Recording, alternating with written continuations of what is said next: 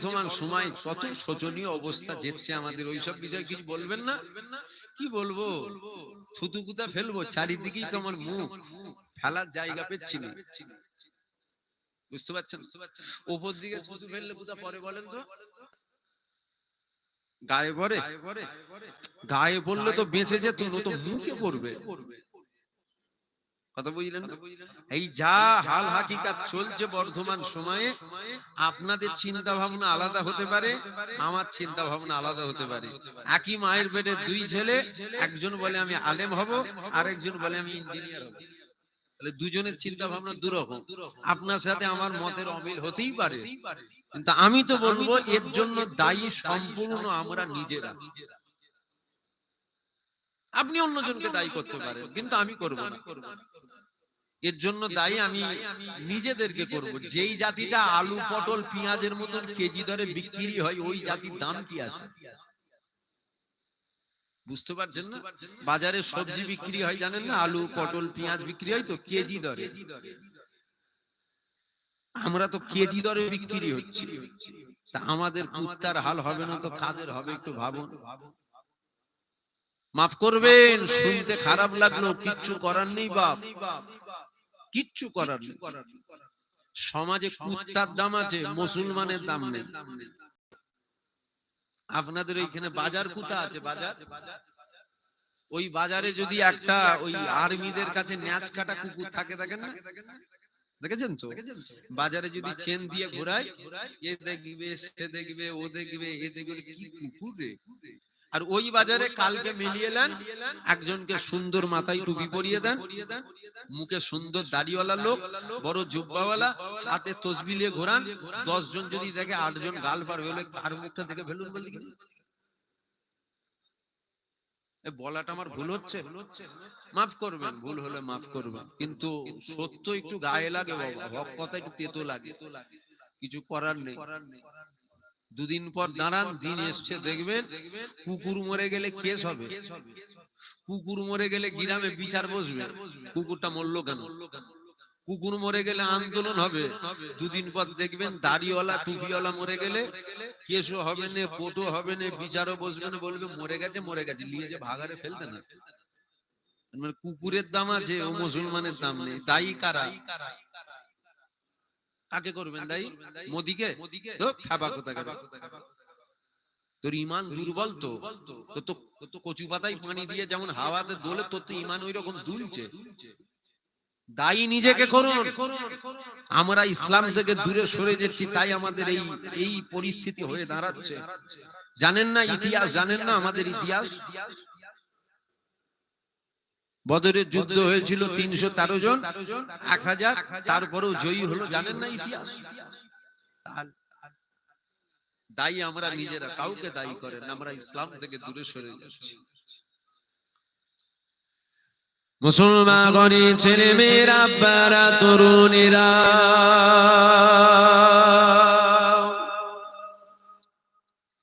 এ নবী পাকের প্রেমিকেরা, মনে রাখবেন আমাদের মূল সম্পদ যেটা, সেটা হলো আপনার আমার ইমানের সম্পদ। আজকে আপনার আমার মাথায় টুপি আছে, আজকে আপনার আমার মুখে দাড়ি আছে, আজকে আপনার আমার মসজিদে গ্রামে মহল্লায় মসজিদও রয়েছে, আজকে আমি আপনি মসজিদে নামাজও পড়তে যাই। একটু ভেবে দেখুন তো দেখি, আমার আপনার ঈমান আছে না নাই?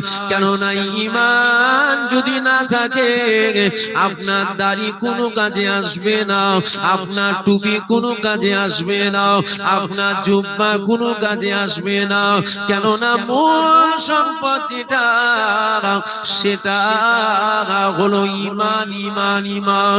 কেননা ইমামে আজমকে জিজ্ঞাসা করা হয়েছিল, ও ইমামে আজম, আপনি বলেন তো দেখে, আপনার দাড়ির দাম বেশি না মা ছাগলের দাড়ির দাম বেশি।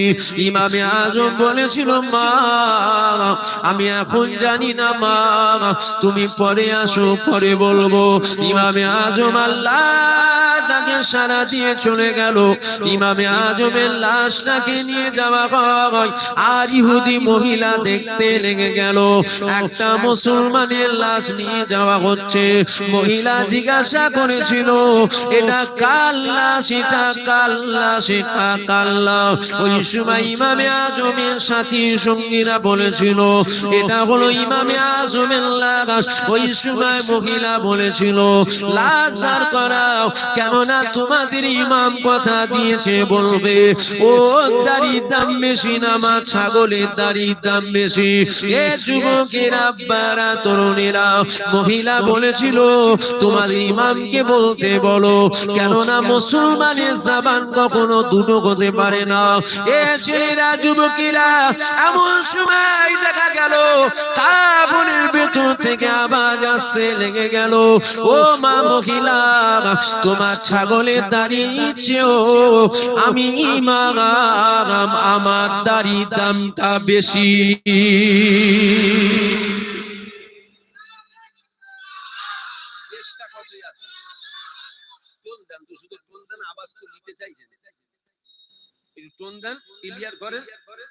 এই তো ক্লিয়ার হচ্ছে।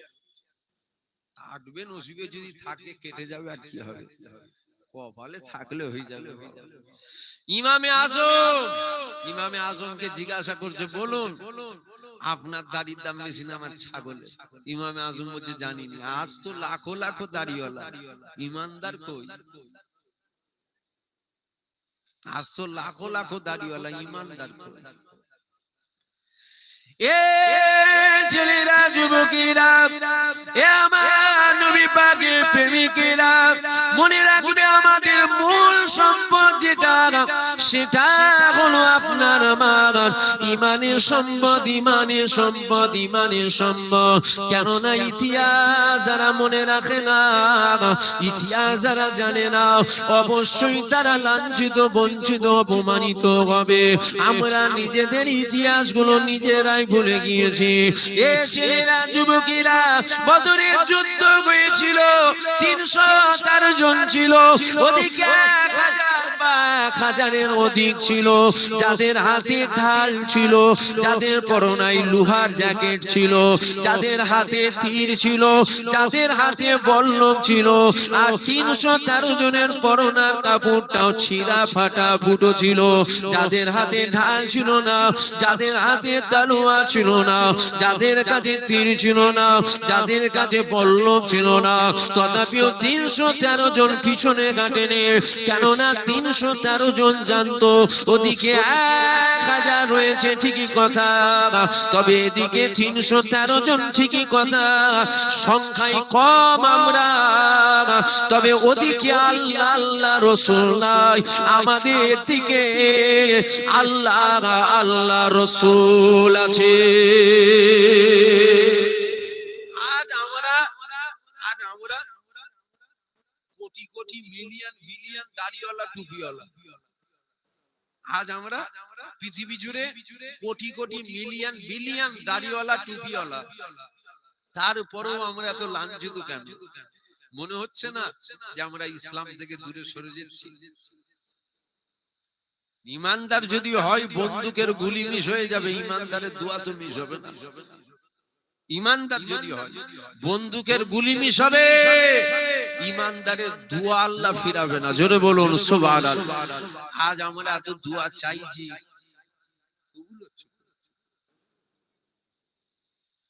আমরা দায়ী নয়, আমরা দায়ী নয়। ফিলিস্তিনের বাচ্চাগুলো কাফনের কাপড় পেচ্ছে না, খাওয়া তো দূরের কথা, গাছের পাতা খেয়ে তারা বেঁচে থাকছে। আজ আমরা খাসির গোশত খেচ্ছি, আল্লাহ খাওয়াচ্ছে, কমসে কম শুকরিয়াটুকু আদায় কর, ওটাও তো করি না। আজ তো লাখো লাখো দাড়িওয়ালা টুপিওয়ালা, বুকে হাত রেখে বলুন তো, এখানে এত মানুষ বসে আছে, সব দাড়িওয়ালা টুপিওয়ালা, এত মানুষ বুকে হাত রেখে মাথায় কুরআন নিয়ে বলতে পারবেন, ফিলিস্তিনের মুসলমানের জন্য রাতের অন্ধকারে আমি কাঁদি? একজন হাত তুলে বলুন তো আমি কেঁদেছি, একটা দুটো তিনটে বেরোবে। আর যদি বলি এমনি হাত তুলেন, গোটা সবাই হাত তুলে দেবেন, হ্যাঁ মাথায় কুরআন নিয়ে বলতে পারবেন আপনার ভাই, ওটা কি আপনার ভাই নয়? কথা বলছেন না কেন? ওটা কি আপনার বাচ্চা নয়? ওটা কি আপনার মা নয়? আমরা তো মজাই আছে, হবে না? তারা আরো হবে। রাগ হচ্ছে আমার কথায় আপনাদের?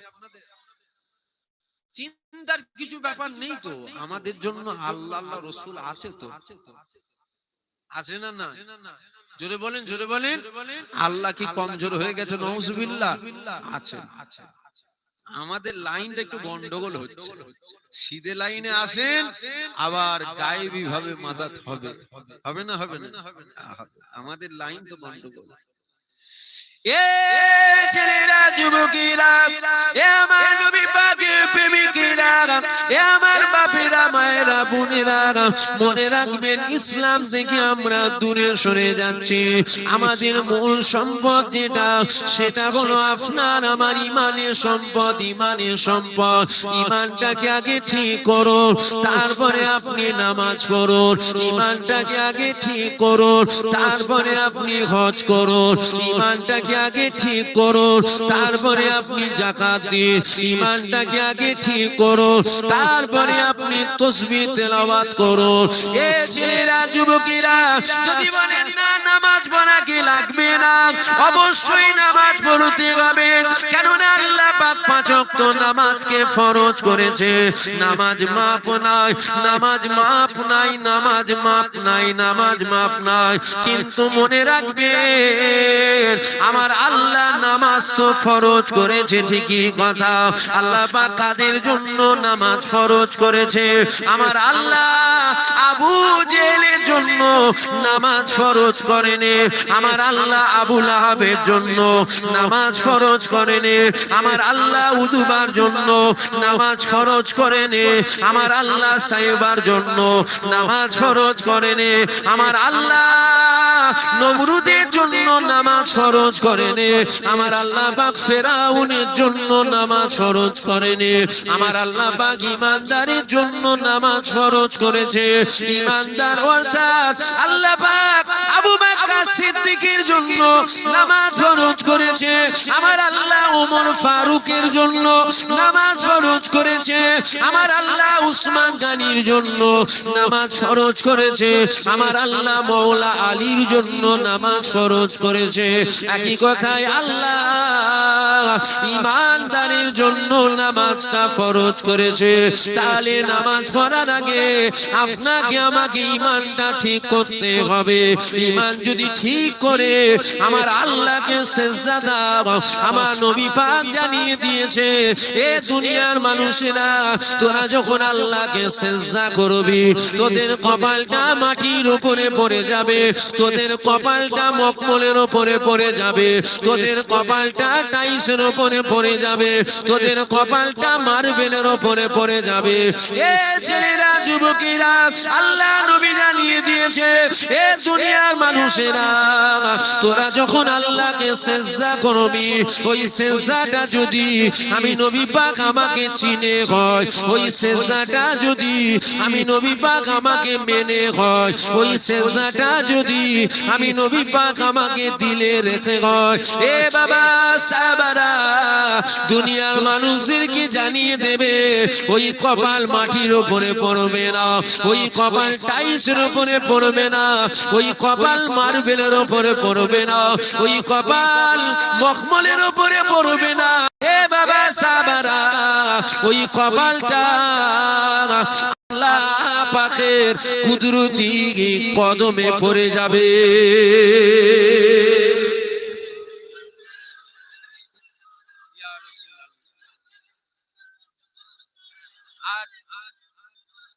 আজ আমরা সিজদা দিই আল্লাহকে, আমরা সিজদা দিই না দিই বলবেন তো, কিন্তু সিজদা আল্লাহ লিখছে তো। কেন হুজুর পাক বলেছেন তো, যারা আমাকে দিলে রেখে সিজদা করবে আল্লাহর কুদরতি কদমে সিজদা করবে। জোরে বলবেন না সুবহানাল্লাহ। সিজদা দিয়ে বলো না আল্লাহ আমাদের কেউ নেই, আপনি আমাদের গায়েবী ভাবে মাদাত করেন। আমাদের তো হচ্ছে না, কোন রকম হচ্ছে, আমাদের সেজদা ঠিক হচ্ছে। এ ছেলেরা, যুবকেরা, এ আমার নবী পাকের প্রেমিকেরা, তাহলে নামাজ, রোজা, হজ, যাকাত এগুলো আমল, এগুলো করতে হবে। তবে আমাদের ঈমান, যেটা প্রথম থেকে বললাম, ওই ঈমানটা কি? ঈমানটা যদি একই কথায় বলা হয়, আল্লাহ নবীর সাথে আমাদের মুহাব্বতের গিট বেঁধে নেওয়া, এটা হলো আপনার আমার ঈমান। হুজুরের সাথে প্রেমের গিট বাঁধেন, এটা ঈমান, এখানে ঈমান আছে। এইটা করে নিয়ে নামাজ পড়ুন, রোজা রাখুন, হজ করুন, সব আল্লাহ নেবে। টুটা ফুটা হচ্ছে, আমাদের জাগাবার মতো নয়, কিন্তু আল্লাহ নেবে। কেন?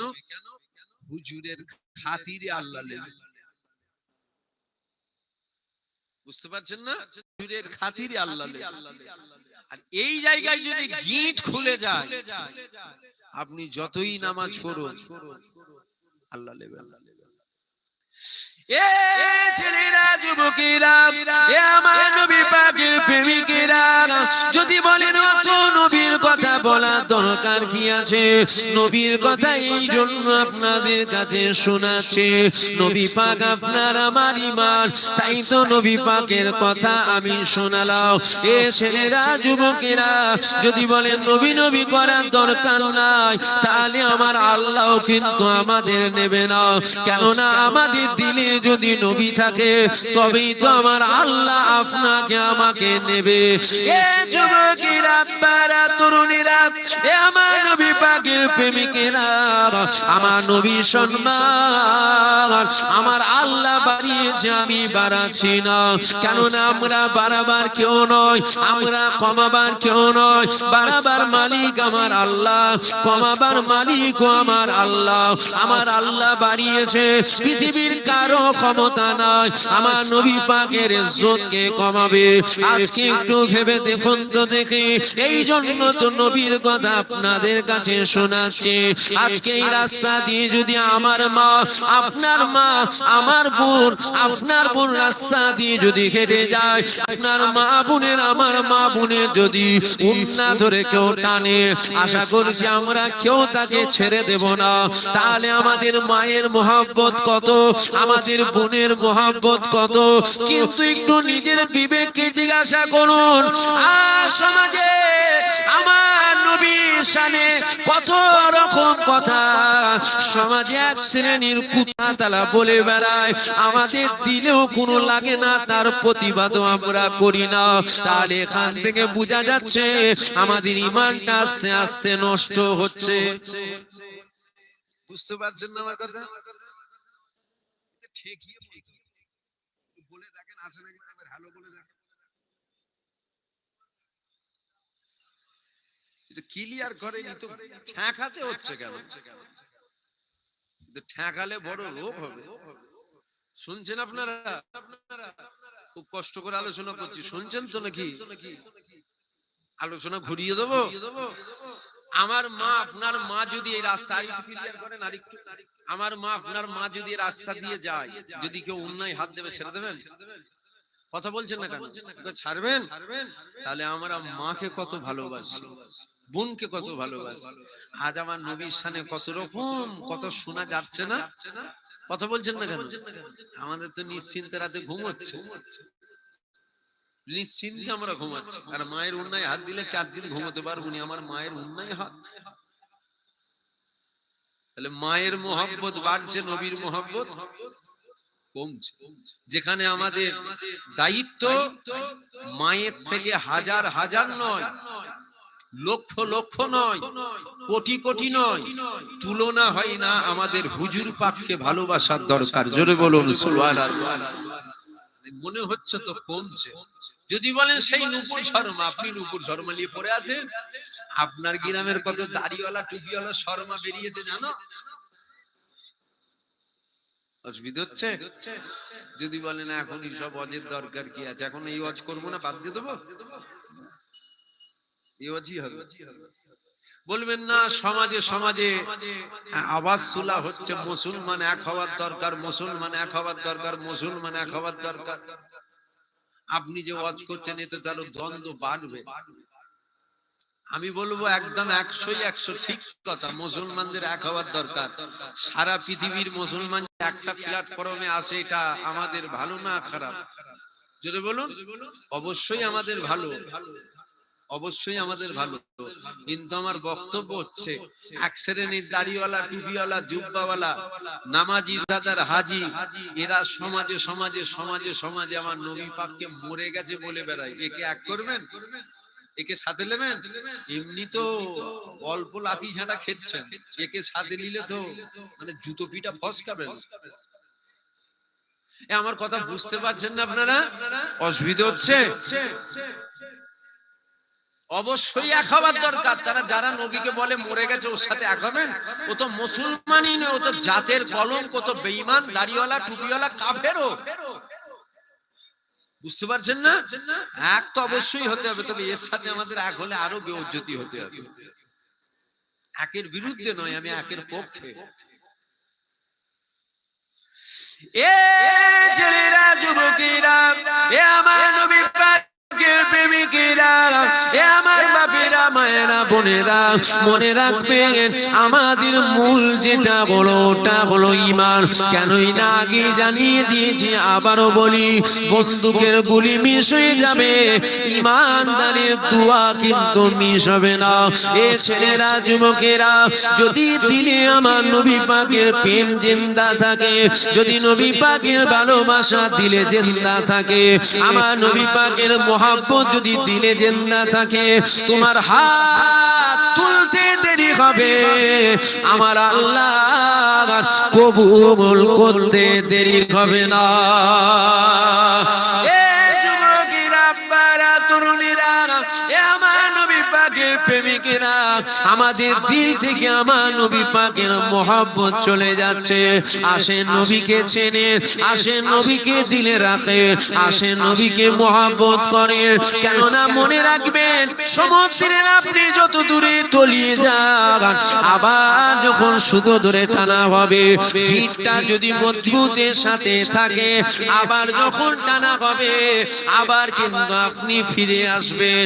আর গিঁটটা যদি খুলে যায়, আপনি সমুদ্রেতে তলিয়ে যাবেন, আর ফিরে আসার কোনো রাস্তা থাকবে না। আসেন হুজুর পাকের সাথে মহব্বতের গিঁট বেঁধে নেন, হুজুর পাকের সাথে প্রেমের গিঁট বেঁধে নেন। এ যুবকেরা, বারা, তরুণীরা, আল্লাহ পাক আমার নবীর কত মাকাম দিয়েছে, আল্লাহ পাক আমার নবীর কত সম্মান দিয়েছে। আজকে আমার নবী পাকের কথা কেনই বা বলবো না? আমার আল্লাহ ঈসা নবীকে বলেছিল, এ ঈসা তুমি বলো তুমি কাতে রাজি? ঈসা নবী বলেছিল, আল্লাহ আপনি যাতে রাজি। আমার আল্লাহ মূসা নবীকে বলেছিল, এ মূসা বলো তুমি কাতে রাজি? মূসা নবী বলেছিল, আল্লাহ তুমি যাতে রাজি। আমার আল্লাহ ইব্রাহিম নবীকে বলেছিল, এ ইব্রাহিম তুমি বলো তুমি কাতে রাজি? ইব্রাহিম নবী বলেছিল, আল্লাহ আপনি যাতে রাজি। কেননা আপনাদের জানা রয়েছে, নমরুদ ইব্রাহিম নবীকে আগুনে ফেলেছিল, নমরুদ ইব্রাহিম নবীকে আগুনের মধ্যে ফেলেছিল। ইব্রাহিম নবীকে আগুনে নমরুদের ফেলার ধারের মাজার নাই, বেশক আমার আল্লাহর কিছু না কিছু একটা এখানেও ইশারা রয়েছে। কেননা আল্লাহর বিনা হুকুমে গাছের পাতা তোলার ক্ষমতা নাই, নমরুদের ঘাড়ের মাজার নাই। ইব্রাহিম নবীকে আগুনে ফেলবে। ইব্রাহিম নবীকে যখন চরকিতে তোলা হয়েছিল, জিবরাইল চলে আসলো। জিবরাইল এসে বলেছিল, ও নবী ইব্রাহিম, আপনি যদি আমাকে হুকুম দেন আমি আপনাকে ধরে নেব। ইব্রাহিম নবী বলেছিল, এ জিবরাইল ডিস্টার্ব করো না, এখান থেকে চলে যাও। কেননা আমার আল্লাহ কানা নয়, আমার আল্লাহ আমাকে দেখছে, আমার আল্লাহ পাক আমাকে যদি আগুনে পুড়িয়ে খুশি হয়, আমি ইব্রাহিম কেন পুড়ে খুশি হব না? এ ছেলেরা, যুবকেরা, ইসমাইল নবীকে বলা হয়েছিল তোমাকে জবাই করা হবে। ইসমাইল নবী বলেছিল আমার আল্লাহ যাতে রাজি। আইয়ুব নবীকে বলা হয়েছিল তোমার গোটা শরীরে পোকা লেগে যাবে। আইয়ুব নবী বলেছিল আল্লাহ গোটা শরীরে পোকা লেগে যাবে, এতে কোনো দুঃখ নাই, তবে আল্লাহ আমার জবানে যেন পোকা না লাগে, কেননা এই জবান দিয়ে আপনার পাক নামে জিকির আমি সর্বদাই করতে থাকবো। এ যুবকেরা, সমস্ত নবীদেরকে আমার আল্লাহ জিজ্ঞাসা করেছিল হ্যাঁ আমার নবীরা তোমরা বলো, তোমরা বলো। সমস্ত নবীরা বলেছিল আল্লাহ আপনি যাতে রাজি, আমরা নবীরা তাতে রাজি। এইবার নবীরা আমার আল্লাহকে জিজ্ঞাসা করেছিল ও রব্বি আল্লাহ আপনি বলেন আপনি কাতে রাজি? আমার আল্লাহ পাক আওয়াজ দিয়েছিল এ আমার নবীরা শোনো শোনো শোনো, আমার হাবিবুল্লাহ আমার রাসূলুল্লাহ যাতে রাজি আমি আল্লাহ স্বয়ং তাতে রাজি।